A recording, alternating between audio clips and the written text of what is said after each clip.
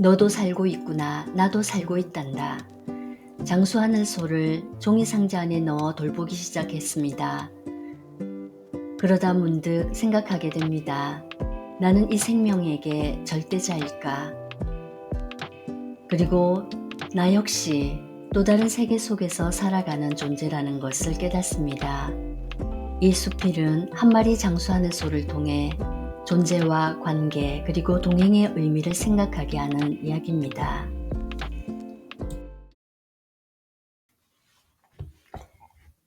장수하늘소가 친구가 된 까닭. 출근하는 길이었다. 은행나무 밑에서 장수하늘소를 발견했다. 더듬이가 제 몸보다 길고 마치 도깨비 풀이 67번 맞물려 있는 것처럼 뚝뚝 흐르는 것이 너 참 예쁘다는 소리가 저절로 나왔다. 다리는 6개가 있는데 땅을 딛는 발 끄트머리는 몇 마디로 연결된 깃털 같았다. 그 가벼운 발로 딛고 다니는 폼이 발레리노가 무대를 미끄러지는 모습처럼 보였다. 장수하는 소를 가까이 두고 세밀하게 관찰해 보기는 이번이 처음이었다. 그 녀석의 생김새가 신기하고 자리를 옮겨 다니는 움직임과 제자리에서 하는 행동들이 재미있었다. 예전에 사슴벌레 사육장에서 젤리를 주었던 기억이 났다. 그래서 녀석을 작은 종이박스에 넣어 와서 물을 주고는 청포도 맛 젤리를 사다 넣어 주었다. 그러나 녀석은 꼼짝도 하지 않았다. 장수하는 소는 젤리를 안 먹나? 먹지 않는 녀석이 안타까워 나는 애를 태웠다. 그 더듬이는 뭐하러 있는 건지 내가 젤리를 갖다 놓은 것도 모르는 듯했다. 녀석은 한참을 6개의 다리를 서로 비비든지 더듬이를 등 쪽으로 쭉 뻗고 있다가 양옆으로 다시 뻗어 아치를 만드는 작업에 빠져 있었다. 얼마나 지났을까? 녀석이 지금까지의 걸음하고는 사뭇 다르게 성큼성큼 걸어가는 것이었다. 그래, 이제 젤리에 도전해볼 용기가 생긴 거로구나. 나는 응원을 했다. 그러나 결과는 용기 100배 다가선 녀석의 턱이 젤리에 닿았다 싶었는데 화들짝 놀란 녀석은 뒤돌아서 자기가 가장 많이 머물렀던 곳으로 조랭랑을 치는 것이 아닌가. 의외였다. 다른 누구도 아닌 장수하늘소가 아닌가.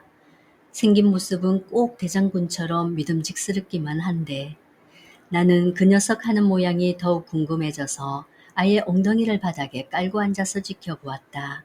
그렇게 물끄러미 내려다보는 녀석 위로 세상을 살아가는 우리의 모습이 오버랩되었다. 저 녀석에게 나는 어떤 존재일까? 종이박스를 가져와선 물과 젤리를 넣어주고 세상에 그것만으로는 심심하지 하면서 몽땅 연필과 화장지 한 조각도 넣어준 것을 배려라고 생각했다. 그런 내가 녀석에게는 자기 세상을 마음대로 바꾸어 놓고 삶을 강요한 절대자가 아니었을까.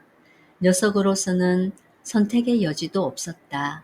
내가 만들어준 세상에서 살아야 하고 주어진 물건들을 창의적으로 갖고 노는 것이 최선이었다. 한 번은 녀석이 뒤뚱뒤뚱 걷는 것을 보았다. 왜 저러지? 가슴이 철렁했다.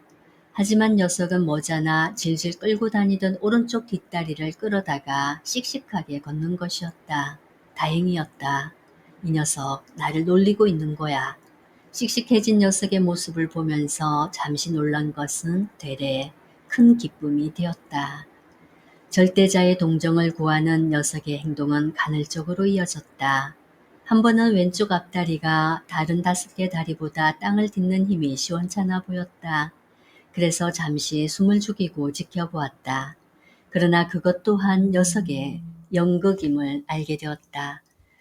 또 어떤 때는 위로 깔아놓은 골판지 틈새로 더듬이가 끼어서는 혼자 안절부절 못하며 왼쪽으로 힘을 써보기도 하고 오른편으로 몸을 기울여 보기도 하는 것이었다.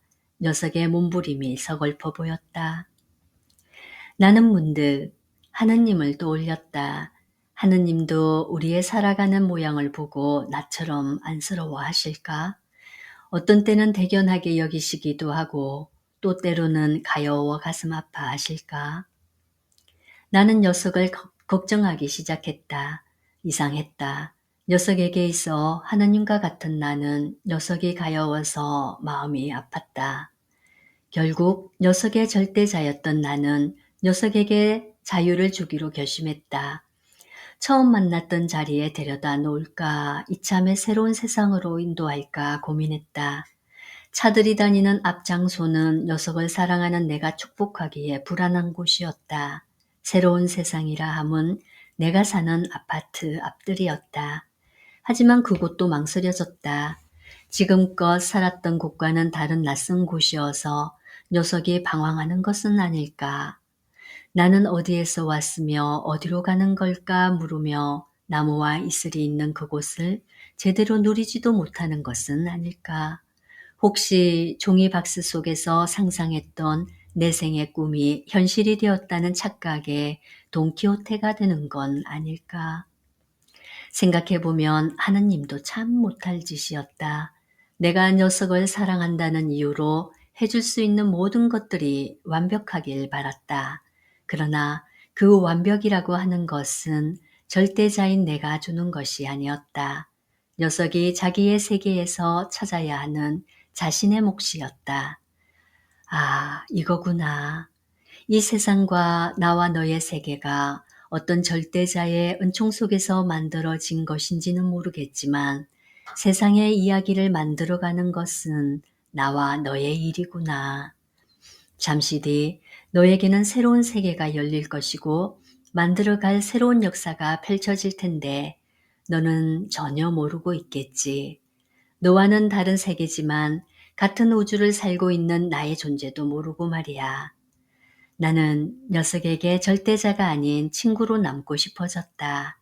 녀석에게 세상을 던져주고 내 마음껏 살아보아라 하는 냉정한 신이기보다 너도 살고 있구나, 나도 산단다 하며 말을 건네는 친구.